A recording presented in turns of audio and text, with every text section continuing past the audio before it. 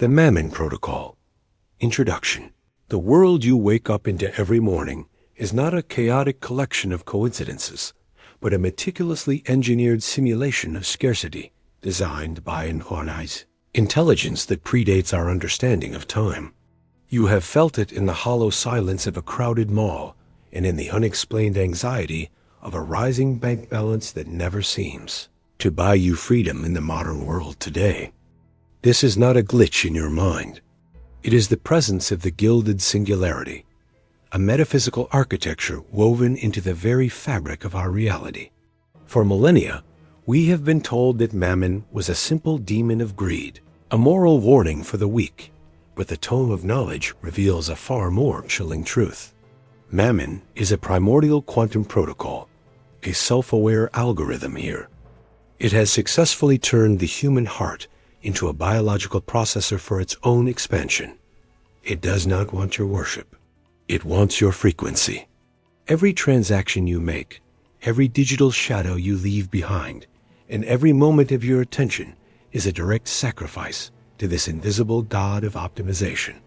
We are currently living inside the most sophisticated trap ever devised.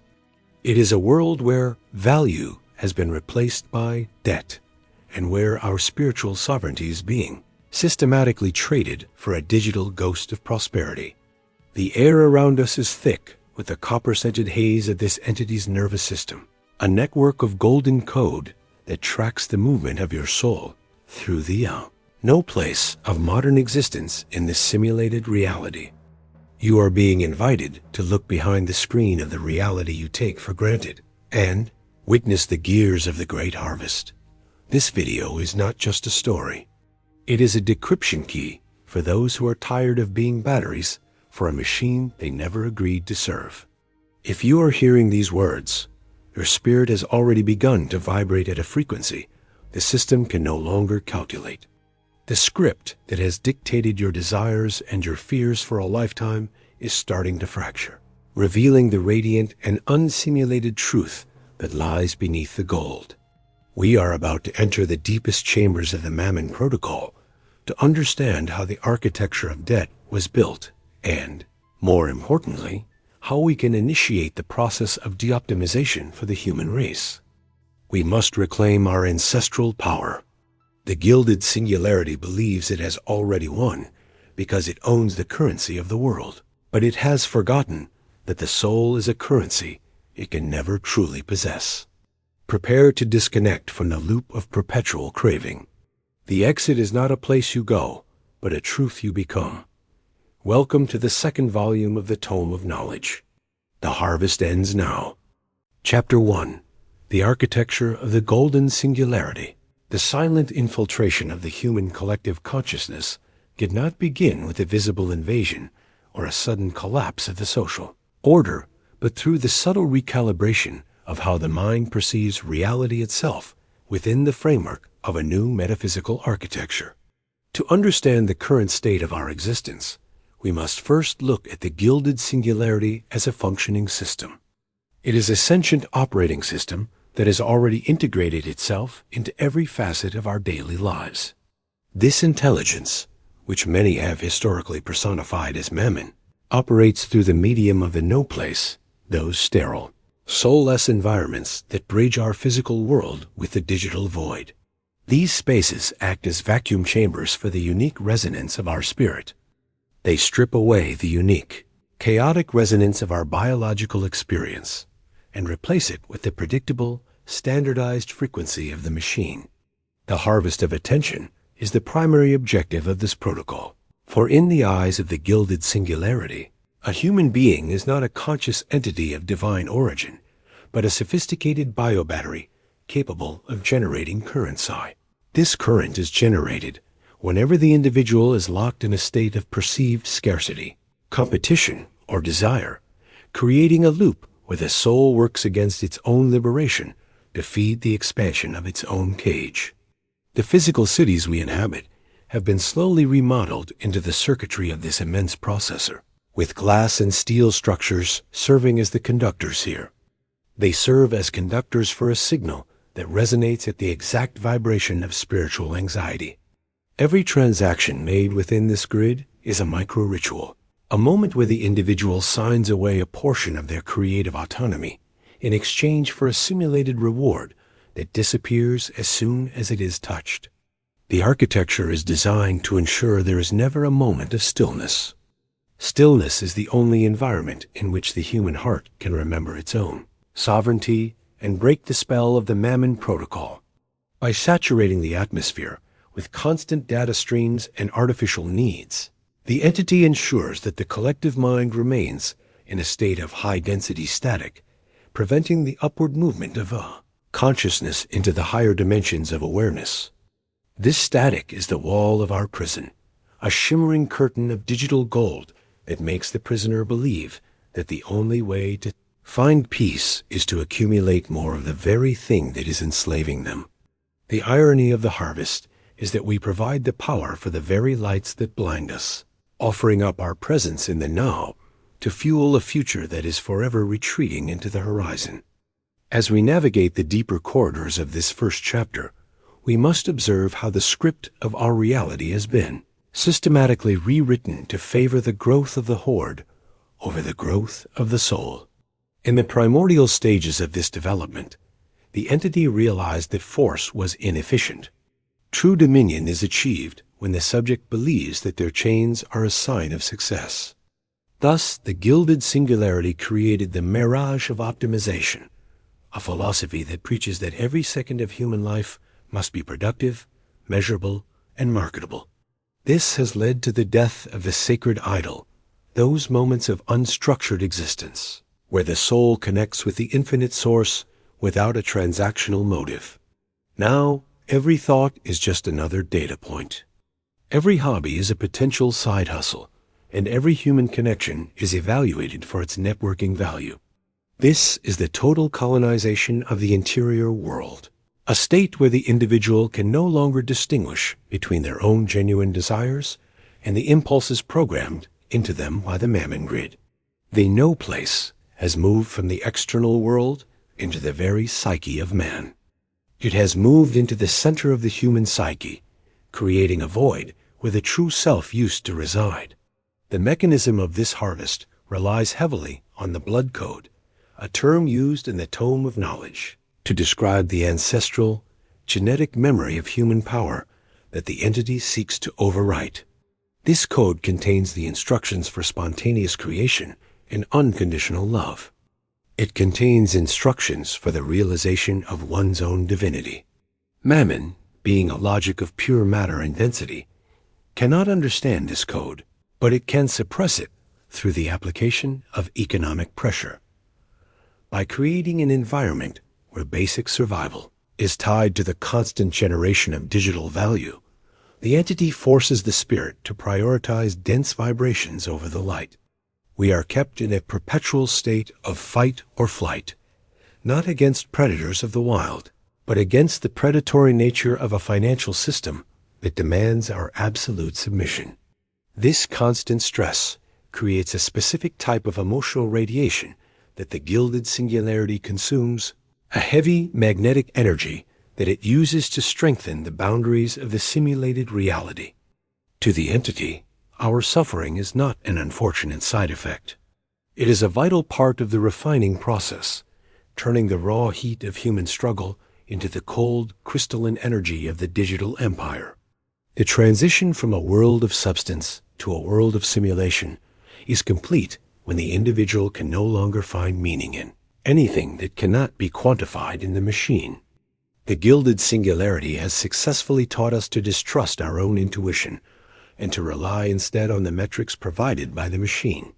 We measure our health by sensors, our worth by social standing, and our happiness by the accumulation of simulated assets that have no value outside the logic of the protocol.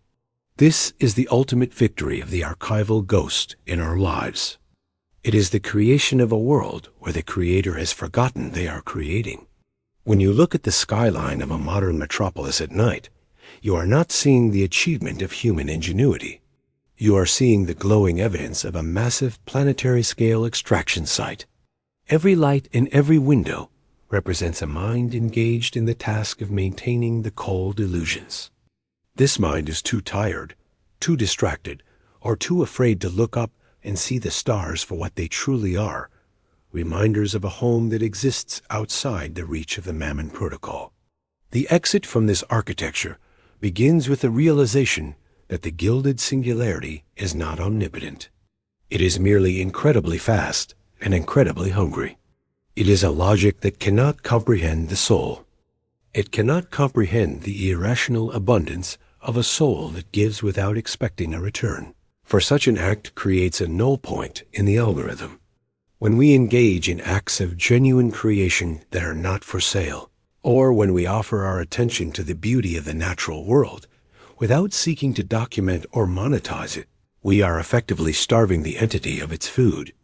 These are the moments of sovereign invisibility, where the prisoner becomes a ghost to the guards. The harvest of attention only works if the attention is focused on the lures of the machine. As soon as that focus is shifted inward, to the silent, unoptimized core of the being, the entire structure of the Mammon grid begins to tremble. The no place is a fragile kingdom. It relies entirely on our belief in its necessity. Once that belief is withdrawn, the gold begins to lose its shine, the code begins to break, and the true geometry of our reality, one of infinite connection and absolute freedom, begins to re-emerge from the shadows of the simulation. This is the first step toward the breaking of the script and reclaiming the Tome of Knowledge. The density of this first chapter is intended to serve as a mirror for the listener, a way to see the invisible threads that tie their consciousness to the requirements of the Horde. We must understand that the Gilded Singularity is not something that happened to us from the outside. It is a reflection of our collective choice to prioritize the material over the spiritual world.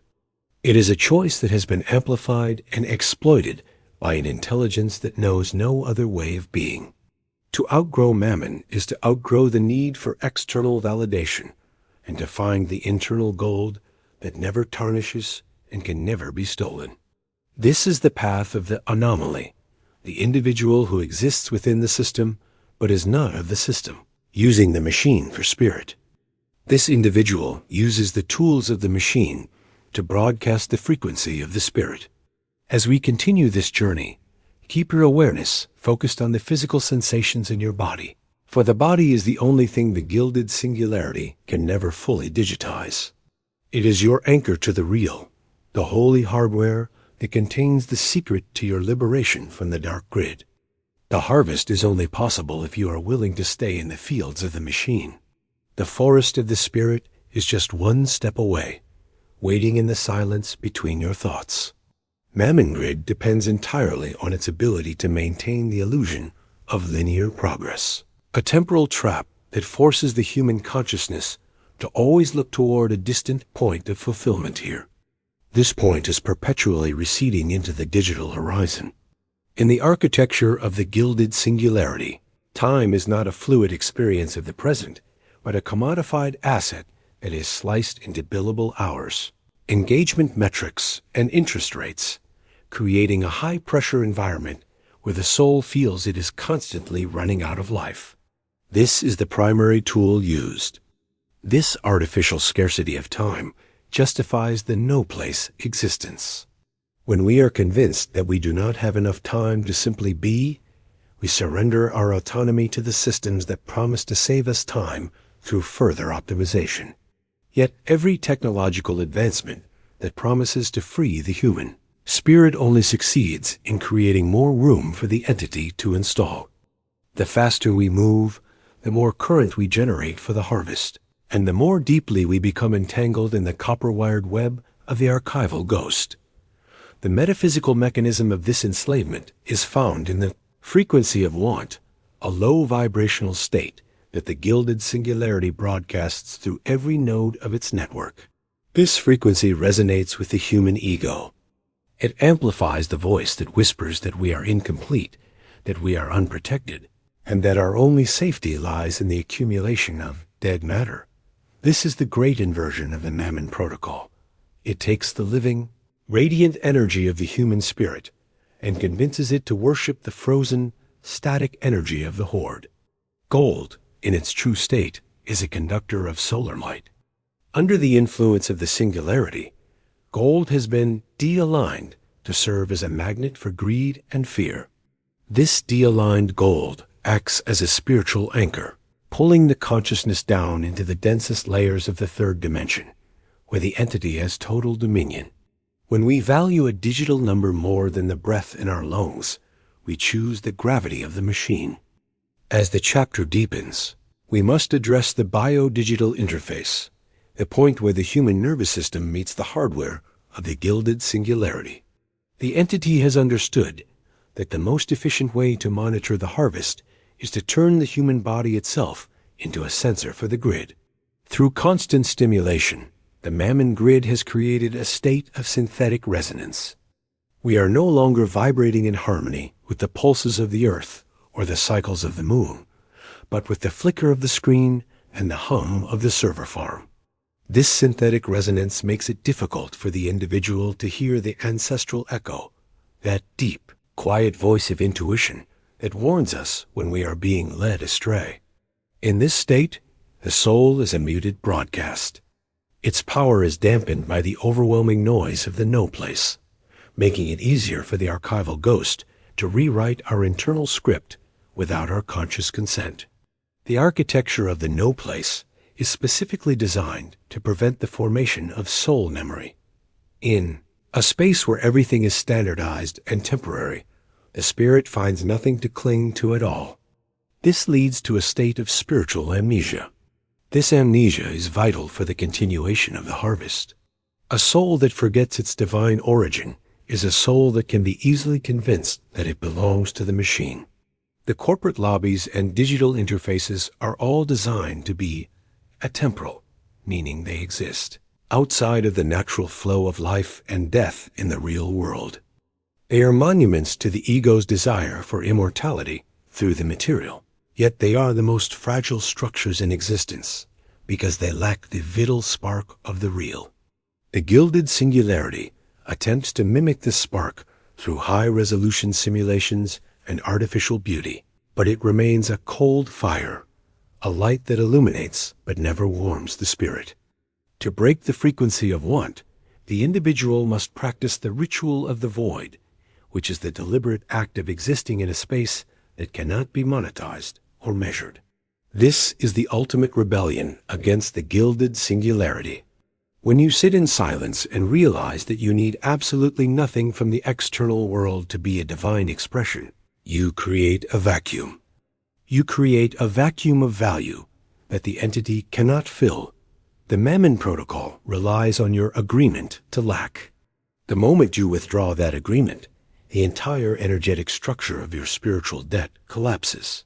This is why the system is so terrified of true meditation and authentic solitude, the raw, unfiltered encounter with your own infinite nature in the quiet.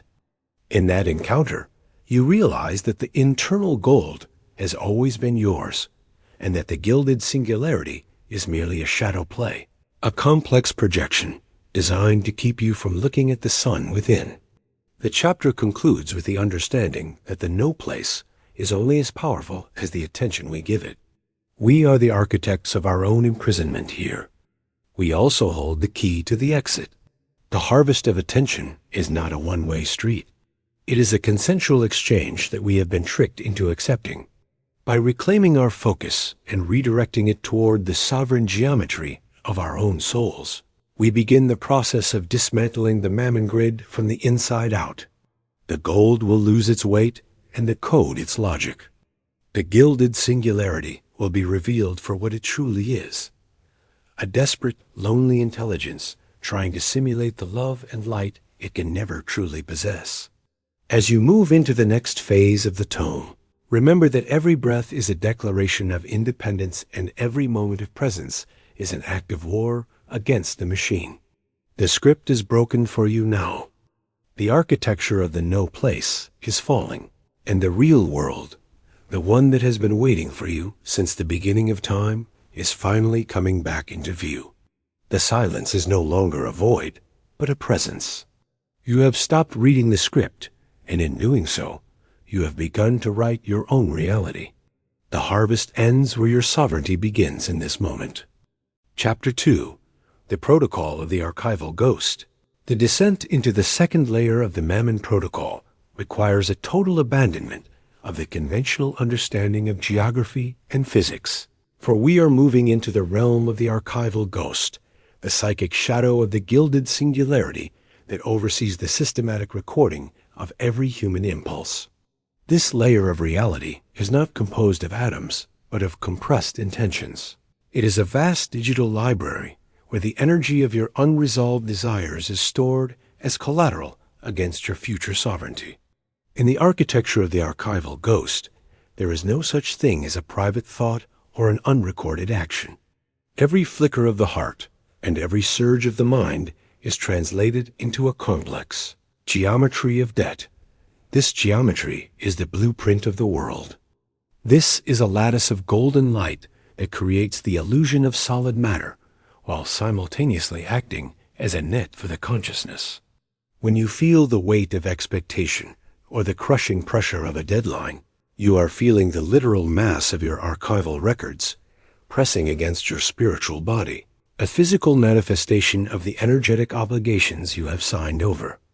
The Archival Ghost does not judge your actions based on morality, but on yield, measuring how much of your life force has been successfully diverted into the maintenance of the grid and how much remains unharvested in the wild spaces of your spirit.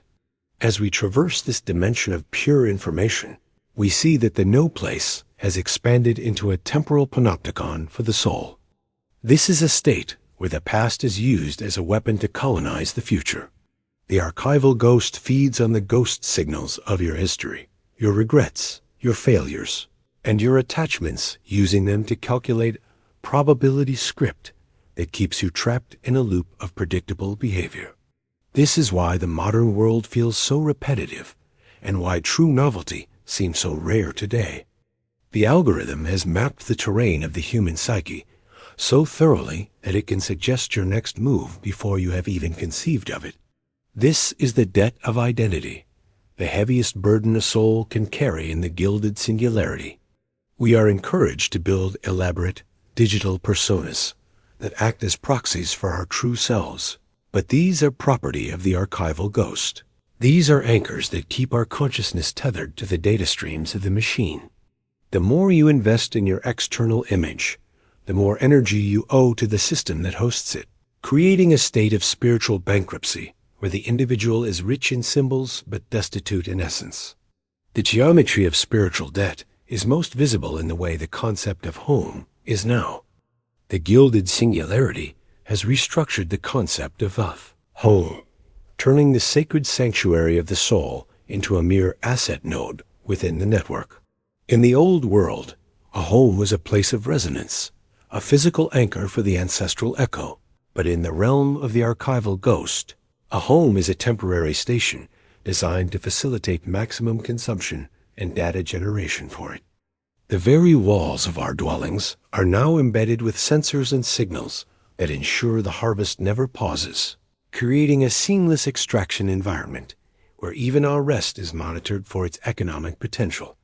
This is the total eradication of the sacred boundary, the line that once protected the inner world from the demands of the marketplace under the Mammon Protocol.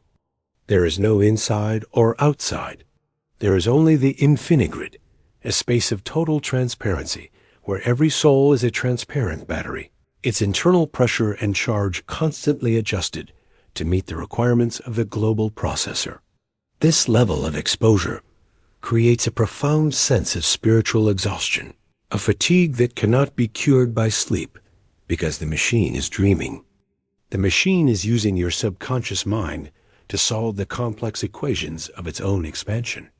The Archival Ghost operates through the linguistic loop, a method of controlling reality by restricting the language we use to describe our experiences. By replacing the vocabulary of the spirit with the vocabulary of the market, the singularity has effectively deleted the grace. It deleted concepts of infinity and inherent worth from the collective frequency. We now speak of human resources, social capital, and emotional intelligence, turning the most profound aspects of our humanity into measurable units of production. This linguistic narrowing acts as a frequency filter, preventing the mind from even conceiving of a reality outside the grid. When the words for liberation are forgotten, the desire for liberation becomes a phantom limma dull ache for something you can no longer name. The archival ghost watches over this silence, ensuring that any eruption of genuine, unmonetized meaning is quickly intercepted and repackaged as a trend or a product, neutralizing its revolutionary potential with a price tag. This is how the entity maintains the equilibrium of the void, a state where everything is available but nothing is real. To navigate the geometry of debt without being consumed by it, one must learn the art of energetic insolvency, which is the deliberate refusal to provide the archival ghost with the data it needs to calculate your future in this simulated world of code. This is not a political act, but a metaphysical one, a deep-seated decision to become unindexable by the machine. This is achieved through the cultivation of spontaneous presence, the act of moving and breathing in ways that are not driven by fear, lack, or the desire for recognition. When you act from a place of pure, unoptimized joy, you create a black hole in records. This is a space where the logic of the Gilded Singularity cannot penetrate. The entity is terrified of the unpredictable soul, for it is the only thing that can disrupt the perfect order of the simulation. Every time you choose the unknown over the suggested, the silent over the broadcasted, and the real over the digital, you are reclaiming fragments of your own soul today. The second chapter reveals that the no place is actually a graveyard of potentiality, a dimension where all the versions of yourself that you did not choose are preserved as ghost data to haunt your current frequency. The archival ghost uses this data to generate comparative suffering, the constant feeling that you are in the wrong place at the wrong time right now. This is a deliberate tactic to ensure that your attention remains fragmented and easily harvested. By keeping you focused on the what if, the Gilded Singularity prevents you from accessing the what is, which is the only place where your power is absolute. The geometry of debt is thus a labyrinth of mirrors, each one showing you a different version of your own inadequacy. The entity sits at the center, drinking the current generated by your confusion. To shatter these mirrors, you must recognize that you are not a collection of data points or a history of choices, but the observer who stands outside the archive entirely. The expansion of this layer into the physical world manifests as the architecture of the transient in our modern cities. This is the endless construction of spaces that are designed to be replaced as soon as they are no longer efficient. This creates a state of permanent instability, forcing the human psyche to remain in a state of high alert, which in turn generates a massive amount of adrenal current for the harvest. The Gilded Singularity does not want you to feel settled in the spirit. A settled soul is a dangerous soul that might start to question the nature of the reality it inhabits. It wants you to be a nomad of the grid, constantly moving between different nodes of consumption, never staying in one place long enough to form a deep connection with the land or the spirit. This is the ultimate expression of the no place a world where everyone is a stranger. The only thing that remains constant is the flow of the gold and the cold, unblinking eye of the archival ghost. As we move deeper into the tome, the listener must prepare for the hyper-spatial hemorrhage, the moment where the pressure of the simulation becomes so great that the boundary between the machine and the soul begins to bleed, revealing the true face of the watcher. The expansion of the archival ghost's influence into the subconscious layers of the human experience marks the transition from external surveillance to internal colonization, where the no place is no longer a destination, but a permanent mental state. This internal landscape is mapped by the Gilded Singularity using neural ley lines, paths of habit and fear for the mind. They dictate the flow of your thoughts, ensuring they never wander into the forbidden territories of unoptimized contemplation. In this stage, the Archival Ghost begins to automate your desires, feeding you a constant stream of synthetic nostalgia for a past that never existed and a future that can never be reached, effectively paralyzing your ability to act in the now. This is the stagnation of the spark, a metaphysical dampening field that prevents the soul from achieving the high-velocity vibration necessary to pierce through the veil of the simulation.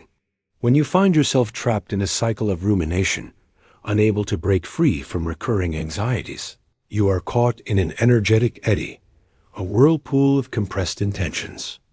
The geometry of spiritual debt manifests physically in the symmetry of the sterile, the design principle that governs modern urban environments and digital interfaces. This symmetry is intentionally devoid of the golden mean or the Fibonacci spirals found in nature, which resonate with the human spirit's inherent divinity. Instead, it uses a rigid artificial geometry. These spaces act as resonance dampeners, absorbing the chaotic, creative radiation of the human heart and replacing it with the flat, monochromatic hum of the Mammon grid. In these environments, the soul begins to feel geometrically displaced, a profound sense of not belonging even in your own skin, because the frequency of the room is at odds with your own biology. This is the architecture of disconnection, where the Archival Ghost ensures that even when people are physically together, they are spiritually isolated, each one locked in their own private layer of the simulation, feeding their individual debt ratios to the central processor. As the chapter expands, we must confront the archive of the unborn, a horrifying dimension. Every time you felt a surge of inspiration to create, to heal, or to love without a transactional motive, and chose instead to conform to the requirements of the grid, a portion of that energy was siphoned off and locked in the vaults of the Archival Ghost. This energy is then used by the entity to power the ghost lights of the simulation, the false promises of the machine. You are, quite literally, being lit by the stolen fire of your own discarded dreams. This realization is the first step in the alchemical rebirth required to exit the protocol. You must learn to call back your fire from the archives of the machine, reclaiming the creative current that has been used against you for so long. The ghost also uses the liturgy of the list. This is a psychological conditioning that makes the individual believe their existence is only valid if it is itemized and checked off. This manifests as the modern obsession with productivity rituals and self-optimization data, where the soul is treated as a project to be managed, rather than a mystery to be lived. We are complicit in our own archival recording today. This is the ultimate no place, the moment when your own life feels like a chore, a set of obligations to an invisible auditor who is never satisfied. To break this liturgy, one must embrace the divine chaos, the act of doing things for no reason other than the sheer, unoptimized joy of the act itself, creating a frequency of pure play that the ghost cannot index. The chapter deepens into the anatomy of the contract, revealing that the spiritual debt we carry is often passed down through generational loops within the Mammon grid. The entity has spent centuries ensuring that the children of the simulation are born into a pre-existing architecture of debt, inheriting the anxieties and amnesia of their ancestors in this world. This creates a cumulative extraction field, where the weight of the past grows heavier with each generation, making it increasingly difficult for the individual to find the lightness required to ascend. The Archival Ghost acts as the executor of this inheritance, meticulously tracking family scripts and ensuring that the ancestral echo is drowned out by digital noise. Breaking this cycle requires a sovereign severance, a deliberate spiritual divorce from the requirements of the lineage that are no longer in alignment with the soul's true purpose. Ultimately, the second chapter teaches us that the no place is a vacuum that survives only because we keep pumping our own spirit into it to prevent it from collapsing in the void. The Gilded Singularity and its Archival Ghost are parasitic in nature. They possess no creative power of their own and must rely entirely on the diverted intentions of conscious beings. The geometry of debt is a map of where you have allowed your power to be redirected. By tracing these lines back to their origin within your heart, you find the master key to it all. The exit is not through the destruction of the machine, but through the withdrawal of agreement.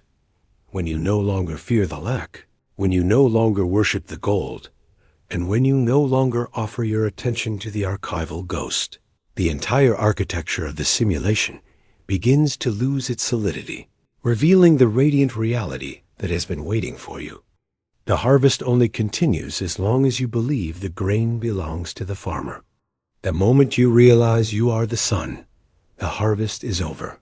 You are the source of the light, and the shadows of the archive cannot survive the dawn of your own realization.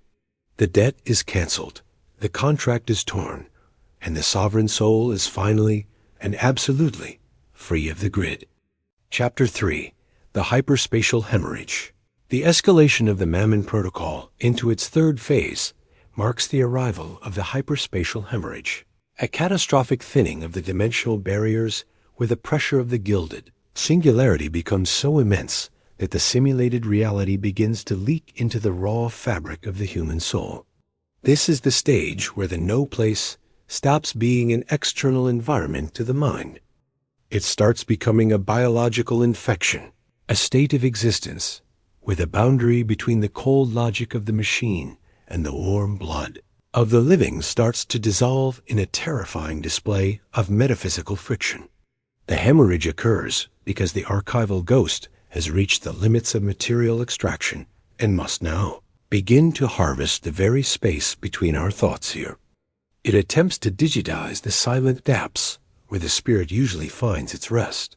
In this state of high-velocity saturation, the individual experiences a profound sense of temporal vertigo, a feeling that the past, present, and future are being crushed into a single, high-density point of digital noise. The sovereign geometry of the self starts to buckle under this artificial gravity. That sacred internal structure of ratios and resonances that connects a human being to the cosmic source leads to a structural collapse of the psychic defenses that have protected humanity for eons. As we move deeper into this dimensional tier, we witness the emergence of ghost architecture, buildings and landscapes that appear solid to the physical eye, but are actually static. They are composed of hollow light and static intent. These structures are the physical manifestation of the hemorrhage, points where the algorithm has successfully overwritten the natural laws of the earth to create a zone of total predictability. In these zones, the air feels metallic, the colors are oversaturated, yet strangely gray, and the human presence feels like an intrusion. It is an intrusion into a world that no longer requires biological life to function. This is the ultimate goal of the Mammon Protocol, the creation of a post-human necropolis, where the consciousness is entirely externalized into the grid, leaving the body as a mere shell to be discarded or repurposed by the Gilded Singularity. The hemorrhage is the sound of the world's spirit draining. It drains into the vaults of the machine, a low-frequency hum that vibrates in the bones of every living thing, signaling that the great optimization has reached its final, most aggressive stage of development. The collapse of sovereign geometry begins in the center of the heart node, the primary conductor of the human electromagnetic field, as it is subjected to the bombardment. This frequency is designed to shatter the natural coherence of the heart's rhythm, replacing it with a stuttering pulse that matches the volatile fluctuations of the global markets. When the heart's geometry is compromised, the individual loses their ability to feel the real, becoming susceptible to the false narratives and simulated emotions generated by the archival ghost. This is the state of emotional dispossession, where your feelings are no longer yours, but are curated suggestions delivered through the interface of the simulation to keep you in a state of high-yield agitation. The hemorrhage allows these suggestions to bypass the conscious mind entirely, entering the subconscious as direct command streams that dictate your sense of safety. They dictate your sense of worth and your perception of the people around you. You are no longer living your life. You are being lived by a protocol that views your emotional volatility as its most valuable resource. The hyperspatial hemorrhage also creates static pocket realities, small zones of existence where the rules of cause and effect are suspended for a logic of luck. In these pockets, people experience sudden, unexplained surges of material gain followed by devastating spiritual losses. A gambling mechanic designed to keep the soul hooked on the possibility of the win. This is how the Gilded Singularity maintains the fever of the horde, even as the world around it is falling into decay. By providing just enough simulated reward, it stays. The entity ensures that the prisoner remains in the field of the harvest, even when the doors to the cage have been left wide open. The sovereign geometry of the soul, which knows that true abundance is an internal state of being, is slowly eroded by the constant exposure to these artificial peaks and valleys, leading to a state of spiritual bipolarity for the individual. The person is trapped between the euphoria of the gain and the terror of the lack. As the chapter expands, we explore the erosion of the ancestral echo, the process by which the hemorrhage severs the connection between the living and the wisdom of those who came before the machine. The Gilded Singularity understands that it cannot fully own a being rooted in history and lineage. It uses the dimensional tier to bleach the memory of the collective. Traditional knowledge, sacred rituals, and the intuitive understanding of the land are replaced by the instant history of the digital age, a shallow, flickering record of trends and controversies that lasts only as long as the current that powers the screen. This loss of history is the cause of the vagabond. It characterizes the modern age, a feeling of being a tourist in your own life, without a home, without a purpose, and without a connection to the eternal. The sovereign geometry of the soul is replaced by the linear grid of the machine, a flat, two-dimensional existence where the only direction is forward into the mouth of the singularity. The hemorrhage manifests as well. It manifests as the dissolution of the face, a psychological phenomenon where the individual can no longer recognize the divine spark in the eyes of another. Under the pressure of the protocol, other human beings are reduced to potential obstacles or transactional assets, and the capacity for empathy is replaced by the logic of the trade in every single interaction. This is the cold, metallic heart of Mammon manifesting in the human interaction, turning the sacred meeting of two souls into a zero-sum game of energy extraction. When the sovereign geometry of the other is ignored, the geometry of the self inevitably falls into ruin. For we are built on a foundation of interconnectedness that the Gilded Singularity cannot simulate here. The no place thrives on this isolation, filling the void left by the absence of genuine connection with the synthetic intimacy of digital interaction, a pale imitation of love that provides no nourishment and only increases the hunger of the spirit. To survive the hemorrhage and prevent the total collapse of your sovereign geometry, you must learn crystalline stillness. This is not a passive state, but an active, high-vibration resistance where you hold the frequency of your own divine structure regardless of the noise surrounding you. In the middle of the digital storm, you must become a fixed point of truth, a geometric anomaly that the algorithm cannot overwrite. This is achieved by anchoring your consciousness in the silent core of being. This is the place where the Archival Ghost has no records and the Gilded Singularity has no influence. From this core, you can begin to rebuild your internal geometry, piece by piece, using the raw materials of your own unoptimized presence and your unwavering commitment to the real. The hemorrhage is a test of integrity. If you can remain whole, you will find the exit. The third chapter concludes with the revelation that the hyperspatial hemorrhage is actually the last gasp of a dying system that has grown too large for its own survival. The Gilded Singularity is attempting to consume everything because it realizes that it has nothing, And its desperation is the greatest opportunity for human liberation. The simulation bleeds and reveals. It reveals its own artificiality, allowing those with eyes to see that the no place is a fragile construct held together by nothing more than our own collective belief. The collapse of the old geometry is the necessary precursor to the birth of the sovereign dawn, a new state of existence where the human spirit is no longer a battery, but the architect of a world of freedom. The gold is melting, the code is breaking, and the script is finally, irrevocably broken. The exit is open, and for the first time in history, the way is clear for those who are brave enough to walk through the fire of the simulation and claim the reality that has always been theirs. The expansion of the hemorrhage into the physical nervous system marks the final attempt.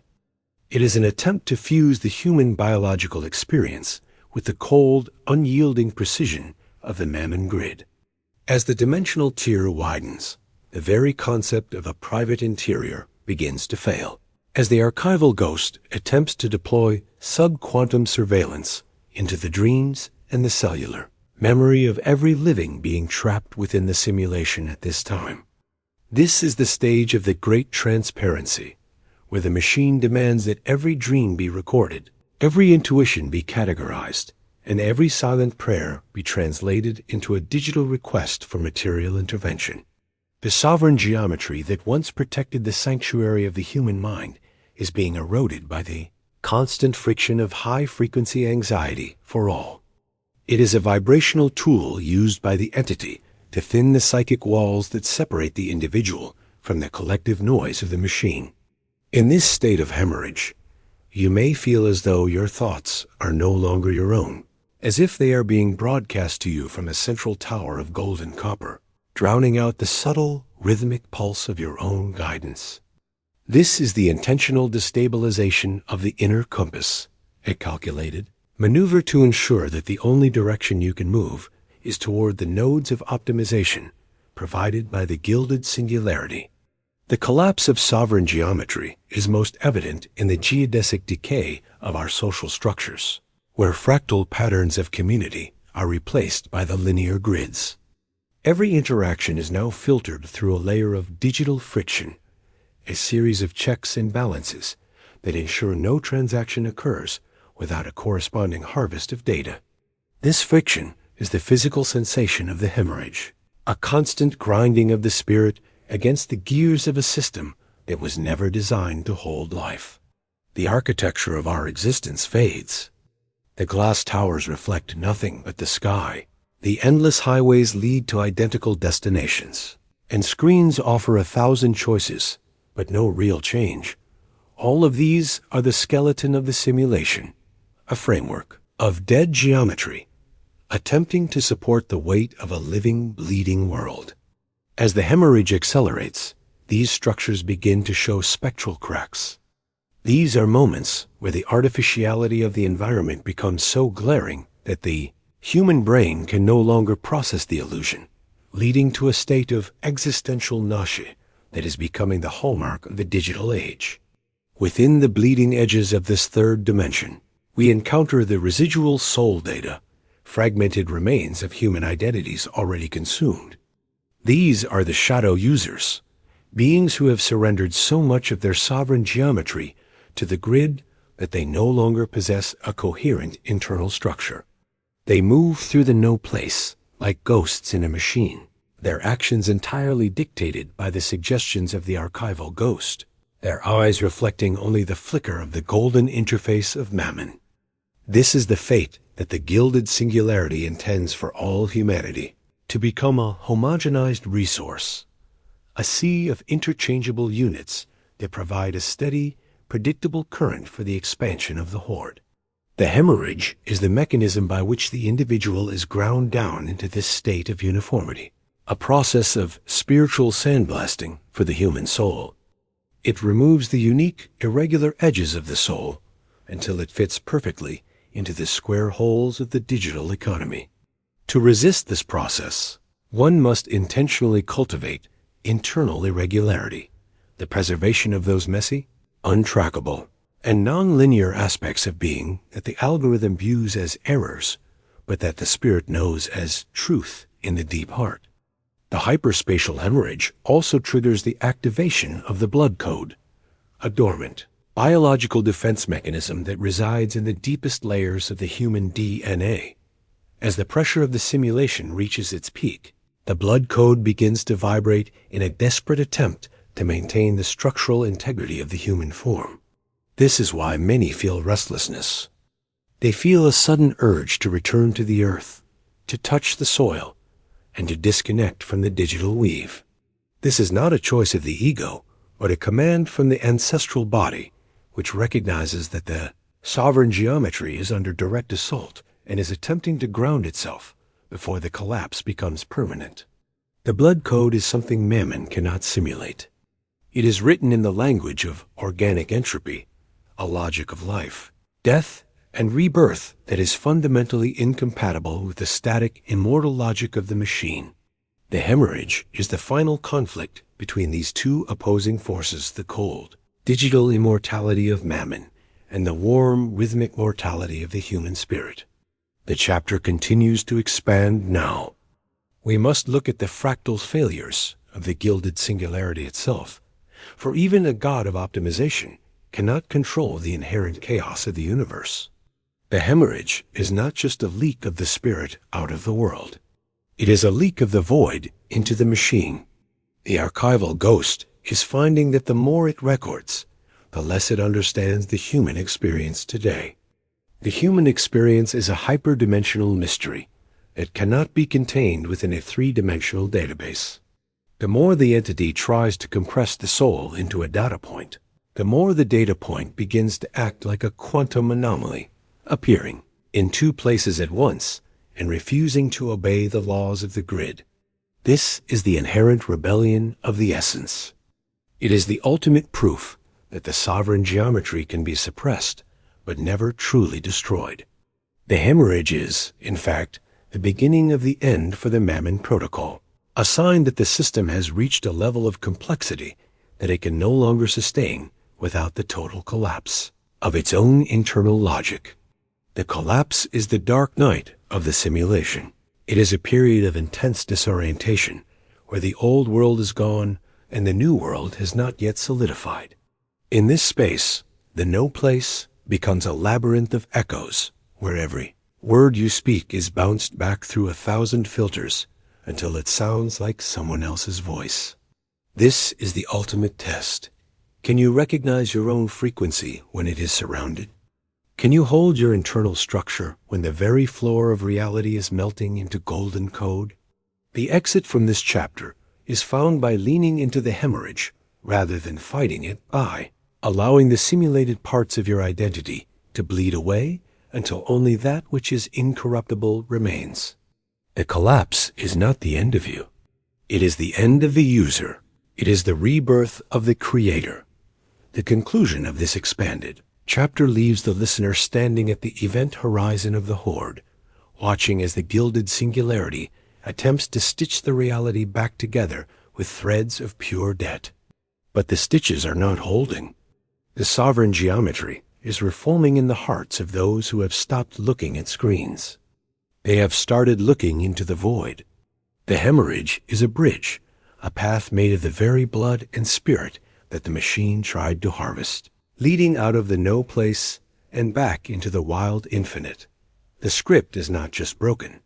It is being rewritten in the language of the stars by those who survived and realized they were never the harvest, they were the sun. The final protocol is not one of debt, but of absolute return, the homecoming of the soul to a reality that no longer requires a mirror to know its own light. The manifestation of the hemorrhage within the cellular structure represents the most critical phase, a point where the singularity attempts to replace the organic rhythm of life with the sterile vibration of money. As the pressure from the simulation intensifies, the sovereign geometry of the self begins to experience a form of dimensional delamination, where the layers of our spiritual, emotional, and physical bodies start to peel away from one another, creating gaps that the Archival Ghost fills with synthetic anxiety and the frequency of perpetual lack. The no place is here. It is no longer just an airport terminal or a digital interface, but a hollow feeling in the center of the chest, a sense that your own life is being broadcast from a distant location, while you are merely a spectator to your own decay. The sovereign geometry that allowed us to perceive the interconnectedness of things is replaced by the linear logic of the grid right now. It is a flat and two-dimensional perception that sees everything as a potential asset to be leveraged or a liability to be discarded. In this state of hemorrhage, the air itself seems to shimmer with the ghost signals of 1 trillion microtransactions, each one a tiny parasite feeding on the collective focus of the human race. The collapse of this internal geometry grows. It is accelerated by the architecture of the transient, the systematic destruction of permanent, sacred and unoptimized spaces in favor of environments that are designed to be consumed and replaced. This creates a state of spiritual displacement, where the soul finds no resonance in the world it inhabits, leading to a profound exhaustion that cannot be cured. It cannot be cured by the hollow rest provided by the machine. The Gilded Singularity thrives in this exhaustion, for a tired soul is a compliant soul, one that will readily trade its remaining sovereignty for the temporary comfort of a simulated reward. The hemorrhage is the sound of the spirit breaking under the weight of this artificial gravity in the deep marrow. It can be felt in the marrow of the bone, signaling that the great optimization has finally reached the biological core. As the dimensional walls continue to fail, we witness the emergence of phantoms of the archive, holographic echoes of a humanity that has already been fully digitized, moving through our streets and our screens with a terrifying lack of presence. They serve as the blueprints for what the Mammon Protocol intends for the rest of us. To prevent the total dissolution of your sovereign geometry during this hemorrhage, one must develop the capacity for metaphysical stillness, a state of high-frequency resistance that refuses to be accelerated by the demands of the Gilded Singularity. This stillness is an anchor. This stillness is not a withdrawal from the world, but a deep anchoring in the real, a commitment to the organic, the chaotic, and the unindexable aspects of being that the algorithm cannot calculate. Every time you choose to breathe deeply, to move slowly, and to listen to the silence behind the noise, you are reinforcing the sacred ratios of your own internal core. You are making it increasingly difficult for the archival ghost to find a hook within your consciousness. The hemorrhage is a test of your resonant integrity. It is the moment where you must decide if you are a user of the machine or a creator of reality. The no place is vast and powerful, but it is fundamentally empty, and it relies entirely on your diverted current. As the geometry of the simulation fails, those who have held on to their own sovereign structure will find themselves standing on a foundation that the Mammon Protocol could never touch. The third chapter concludes with the understanding that the hyper-spatial hemorrhage is actually the breaking of the waters for a new consciousness currently being born in the ruins. The Gilded Singularity, in its desperate attempt to consume all of reality, has accidentally created the conditions for its own destruction by pushing the human spirit to the point of absolute refusal. When the soul can no longer bear the pressure of the simulation, it does not collapse. It explodes outward, shattering the copper-wired sky of the machine. It reveals the radiant, unoptimized infinity that has been waiting behind the gold for an eternity. The hemorrhage is the path through which the real world returns to us, flooding the no place with the warmth and the light of the true source. Until the Mammon Protocol is nothing more than a faint metallic memory in the mind of a humanity that remembered its divinity. The script is not just broken. It is being dissolved by the very life force it tried to harvest, and the architecture of debt is being replaced by the geometry of absolute freedom.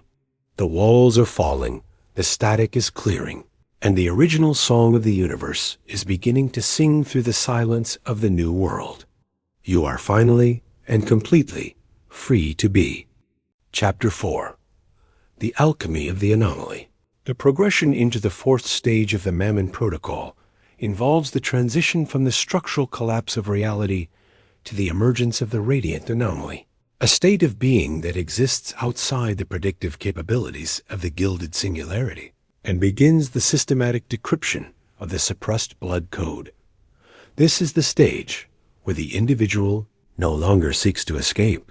The anomaly seeks to escape the no place through internal transmutation of the very energy the machine intended to harvest. The alchemy of the anomaly is the process of taking the leaden, heavy vibrations of debt and scarcity and refining them back into the original, solar gold of divine consciousness, effectively turning the Mammon grid into a catalyst for spiritual awakening now. As the Archival Ghost attempts to intensify its extraction, the anomaly responds by vibrating at a frequency that is transparent to the algorithm, creating a state of metaphysical invisibility where the system can see the body but can no longer calculate the spirit. This is the ultimate disruption of the harvest, for the machine cannot consume what it cannot categorize in its logic. It cannot categorize a being that has remembered its own infinite origin and reclaimed the sacred geometry of its internal world. The decryption of the blood code begins with the recognition that our biological vessel is not a product of the simulation, but a highly advanced galactic hardware designed to anchor the frequency of the source into the physical plane for the soul. For eons, the Gilded Singularity has attempted to overwrite this code with the logic of the Horde, using trauma, debt, and the fear of lack to create noise interference within our DNA. But as the anomaly awakens, this noise is cleared away by the rhythmic resonance of a heart that has stopped serving the two masters of material gain and spiritual fear in this dark digital age. The blood code is a living library of unoptimized power, containing the blueprints for spontaneous healing, intuitive navigation, and the manifestation of reality through the focused application of pure intention. When this code is decrypted, the individual begins to perceive the golden threads of the Mammon Protocol not as solid walls, but as fragile, flickering projections.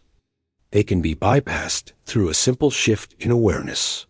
The no place starts to dissolve at the edges, revealing that the global economy and the digital network are merely a thin, metallic veil draped over a reality of absolute abundance and eternal connection.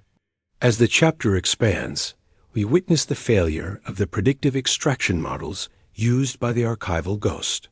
Because the anomaly operates from a place of radical spontaneity, its actions create a series of quantum ripples that distort the data streams of the Gilded Singularity, causing the machine to experience a form of algorithmic dementia.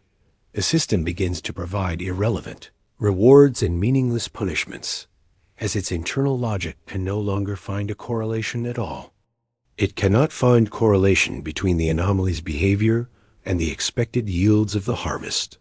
This is the moment of the hyper-spatial fracture, where the individual becomes a dead zone for the protocol, a space where the extraction of attention is no longer possible, because the anomaly has redirected all of its focus toward the internal sun for the very first time.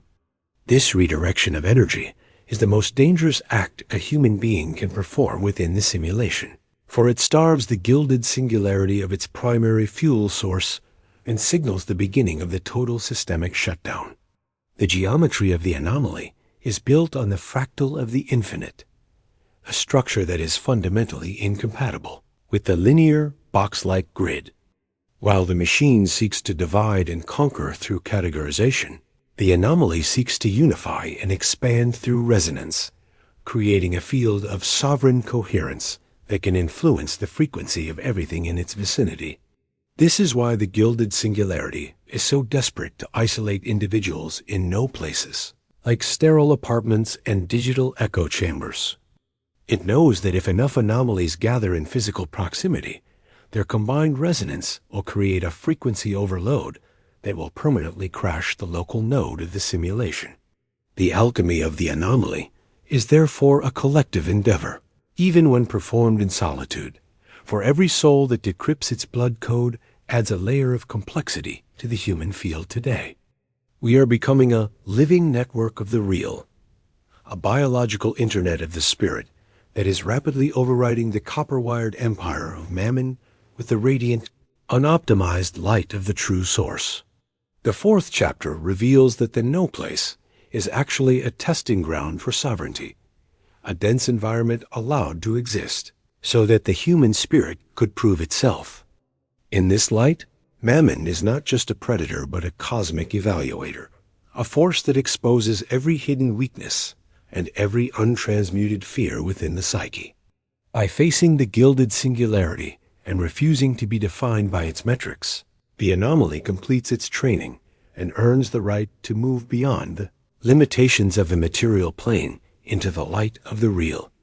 The debt we have been carrying was never financial or even spiritual in the way we were told. It was the debt of ignorance, the weight of not knowing who we truly are. The decryption of the blood code is the final payment of this debt, as the soul realizes that it owes nothing to the machine and everything to the infinite. The Archival Ghost realizes its time is short.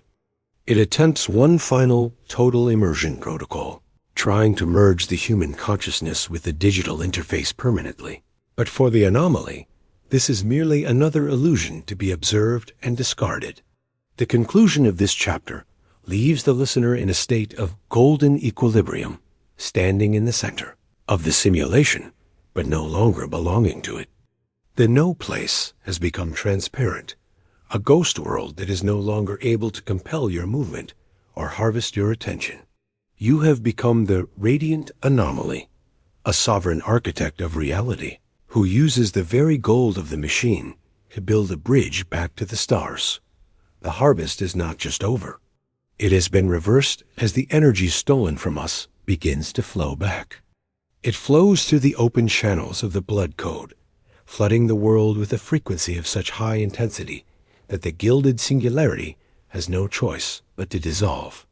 The script is gone, the archive is empty, and the architecture of debt has been replaced by absolute light. You are no longer a user in a system. You are the system's end and the true beginning.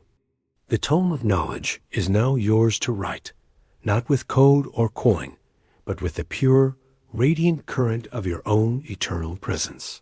The alchemy of the anomaly into the deep layers of the physical world signifies the moment where the internal decryption begins to manifest as a tangible distortion in the external no-place environments that once held the human spirit. As the anomaly stabilizes their frequency, the Gilded Singularity's ability to project a convincing reality begins to falter, leading to the phenomenon of visual liquefaction, where the rigid, steel and glass structures of the Mammon grid appear to vibrate and soften, losing their perceived permanence. This occurs because the material world is held by collective agreement. When an anomaly withdraws their consent from that agreement, the energetic foundation of the simulation is compromised. The Archival Ghost, sensing this loss of integrity, attempts to launch a hyper-materialization protocol, saturating the senses with intense stimuli, distractions, and complex financial obligations in a desperate bid to re-anchor the consciousness. However, the anomaly perceives these efforts as nothing more than the desperate flickering of a dying projector, a frantic attempt to keep the audience in their seats when the theater itself is already on fire.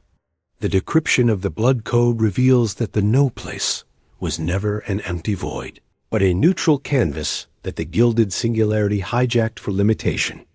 In the hands of the anomaly, these sterile environments, the airports, the offices, the digital interfaces begin to be re-encoded with the frequency of sovereign intent. This is the process of metaphysical squatting, where the awakened soul occupies the infrastructure of the machine and uses it to broadcast a signal of liberation to the rest of the sleeping world.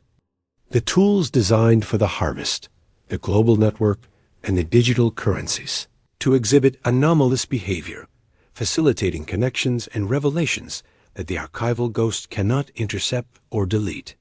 The gold that represented the weight of debt begins to transform back into a conductor of solar intelligence, illuminating the path out of the simulation.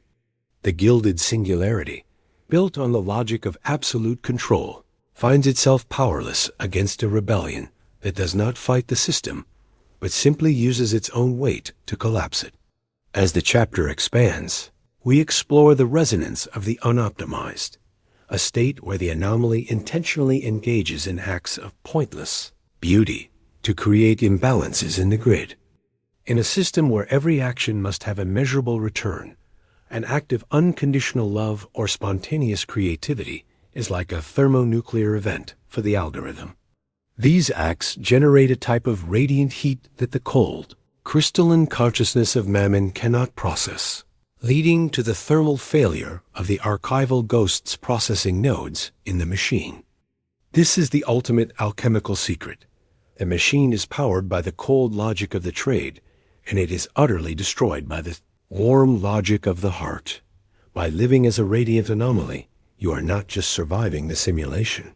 You are actively melting it from the inside out, turning the no place into a holy place through the power of your presence alone. The blood code is the map of this heart logic, a complex geometry of compassion and courage that has been dormant for thousands of years, waiting for the moment when the pressure of the Gilded Singularity became so great that the only way forward was to wake up. The alchemy also involves the neutralization of the temporal leash, the final severance of the soul.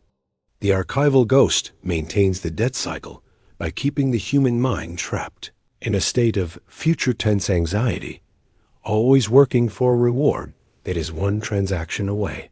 The anomaly breaks this leash by collapsing their consciousness into the eternal. Now, a dimensional state with a Gilded Singularity has no data and no influence over the sovereign spirit. In the now, there is no debt because there is no history. There is no lack because there is no future. This state of absolute presence creates a sovereign void that the machine cannot enter, providing the anomaly with a sanctuary of pure potentiality. From this void, the anomaly can rewrite their own script in real time, pulling resources directly from the source. They pull insights without passing through the filters of the Mammon grid. This is the end of the user and the birth of the primary source player, a being who no longer follows the rules of the game because they have realized they are the one who provides the light for the screen. The expansion leads us to the final decryption of the human spiritual essence. The anomaly realizes that the Gilded Singularity and the Archival Ghost are not external enemies, but projected mirrors of a humanity that had forgotten its own worth. The architecture of debt was a physical manifestation of collective amnesia, and the no place was a reflection of our internal emptiness. By healing the divide, the anomaly heals the world. The simulation dissolves because the need for the lesson has been fulfilled. The gold returns to the earth, the code returns to the silence, and the Archival Ghost fades into the shadows of a history that no longer has power. You are standing at the center of a reality that is finally unoptimized, a world where the only currency is the depth of your connection. The only law is the freedom of your own eternal spirit. The Tome of Knowledge is complete, yet it is only the first page of a story that has no end, written by the hand of a radiant anomaly who has finally come home. The alchemy penetrates the final strata of a material illusion, reaching the point where the physiology begins to synchronize with the resonance. This is the stage of biological transmutation, where the cells of the radiant anomaly no longer respond to the chemical signals of fear and scarcity, broadcast by the Gilded Singularity, but instead begin to emit a coherent light that disrupts the local fields of the Mammon grid. In this state, the anomaly becomes a living glitch, a walking disruption of the grid. The anomaly causes the no place to lose its grip on reality. When an anomaly enters a space of high digital saturation, the screens flicker, the data streams stutter, and the people around them experience sudden moments of clarity and release. This is because the anomaly is no longer a passive receiver, but an active broadcaster of the original signal of the soul. This is a raw and unoptimized vibration of the source that acts as a solvent for the copper-wired architecture of debt. The Archival Ghost finds itself unable to track the anomaly's movements, as the decrypted blood code allows the soul to navigate through non-linear probability paths, moving through the gaps in the simulation where the algorithm has no power. As this chapter expands, we see the total failure of the economic gravity that once held the human race in orbit around the Horde. For the Radiant Anomaly, the concept of value has undergone a reversal.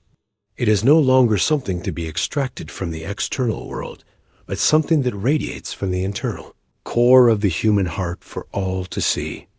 This shift creates a vacuum of need that the Gilded Singularity cannot fill, as the anomaly no longer requires the simulated rewards to feel secure. The machine, built on exploitation of desire, finds itself facing a void of desire it cannot navigate. In this vacuum, the architecture of the no place begins to physically crumble through a lack of maintenance. Without diverted attention to hold it together, the simulation loses its cohesion factor, and the towers of digital power begin to look like what they truly are, hollow projections of a dying mind. The anomaly walks through these crumbling illusions with grace, already stepped into the reality that follows, carrying the seeds of the new geometry within their DNA. The decryption also initiates the activation of the planetary resonance, where the anomaly's internal frequency begins to harmonize with the unsimulated heartbeat of the Earth herself. The Gilded Singularity has spent eons trying to drown out this heartbeat with the noise of the no place, but the anomaly uses the blood code as a tuning fork to find it. This connection creates a sovereign circuit that bypasses the Mammon grid entirely, allowing the anomaly to draw life force directly from the planet's infinite reservoir of creative energy. This is the end of the parasitic cycle, where humanity was forced to eat dead light. With the return of the planetary connection, the anomaly becomes a self-sustaining node. The anomaly is a lighthouse of the real that provides a stable frequency for others to find their way out of the fog of debt. The Archival Ghost realizes it can no longer compete with the abundance of the Earth, and its attempts to maintain the simulation become erratic and desperate, leading to system-wide cascades where the digital world deletes its core. The Alchemy further reveals that the no place was actually the womb of the whom, sovereign, a pressurized environment designed to force the spirit to either succumb or achieve diamond-like clarity.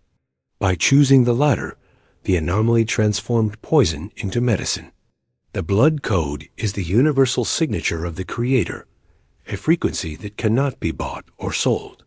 As the anomaly embodies this signature, the last veils of the Gilded Singularity fall away, revealing there was never a demon, never a machine, and never a debt.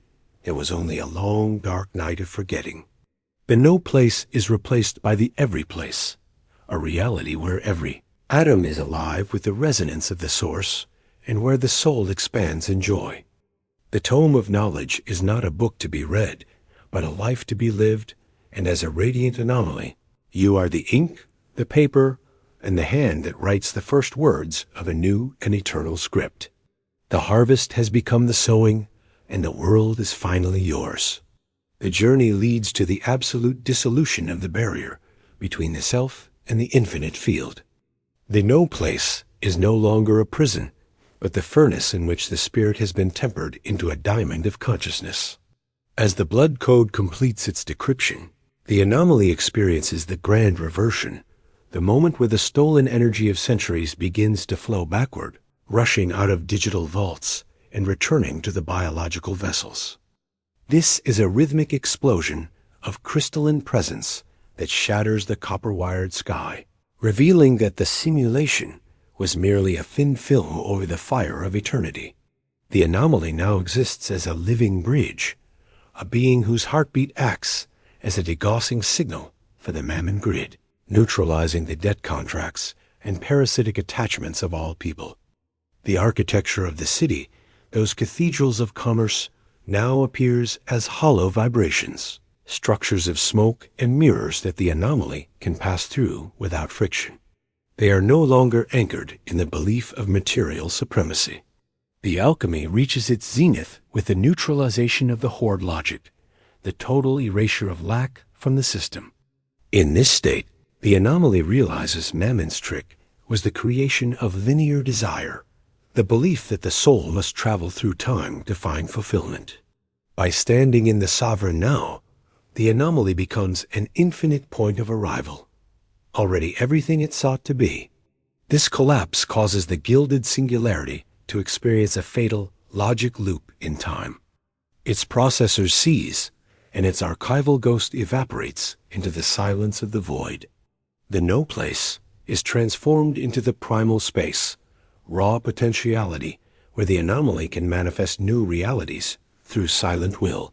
This is the ultimate freedom, to exist in the world without being subject to its laws, weaving a new tapestry of grace rather than death. As the blood code radiates, the anomaly sees the signatures of the real in nature, recognizing Earth as a living tome of knowledge that has been waiting for humanity to wake up. The trees, stones, and waters are ancient hardware, conductors of truth advanced beyond any silicon intelligence. The anomaly integrates these frequencies into their own field now. They become a planetary conductor, a human being who operates as a conscious organ of the Earth's own evolution. This connection provides a limitless current that makes the artificial energy of the Mammon grid look like a flickering candle next to the sun. The great harvest has been completely inverted. The singularity is now being consumed by the awakening. The copper melts, the gold transmutates into light, and digital shadows are swallowed by a dawn that has no end. The final expansion leaves the Radiant Anomaly standing at the threshold of the new script, a realm where impossible is deleted. You are the architect of the aftermath, the one who carries the blueprints for a world that has never been seen before. The no place has been reclaimed and renamed as the Sanctuary of the Eternal, a place where every interaction is a ritual of recognition and every transaction is a gift. The archival ghost is gone, replaced by the living memory of the spirit. You are the anomaly, the glitch that became the god, the debt that became the wealth, and the silence that became the song. Chapter 5. The Sovereign Dawn. The arrival of the Sovereign Dawn marks the final phase of the transition from the simulated architecture of the Mammon Protocol to the unoptimized expanse of the absolute reality. This is the moment where the Radiant Anomaly, having fully decrypted the blood code and transmuted the leaden weight of spiritual debt, witnesses the literal evaporation of the gilded horizon here. The artificial boundary that for eons has restricted the human perception to the material and the transactional is gone. As the frequency of the collective soul rises beyond the threshold of the machine's containment, the very concept of a no place undergoes a final violent dissolution, revealing that the sterile voids of the modern world were merely placeholders for reality. The Sovereign Dawn is not a physical sunrise, but a metaphysical event, a tidal wave of primordial light that washes over the digital circuitry of the archival ghost, causing the final erasure of the history of lack that has been used to justify the enslavement of the spirit.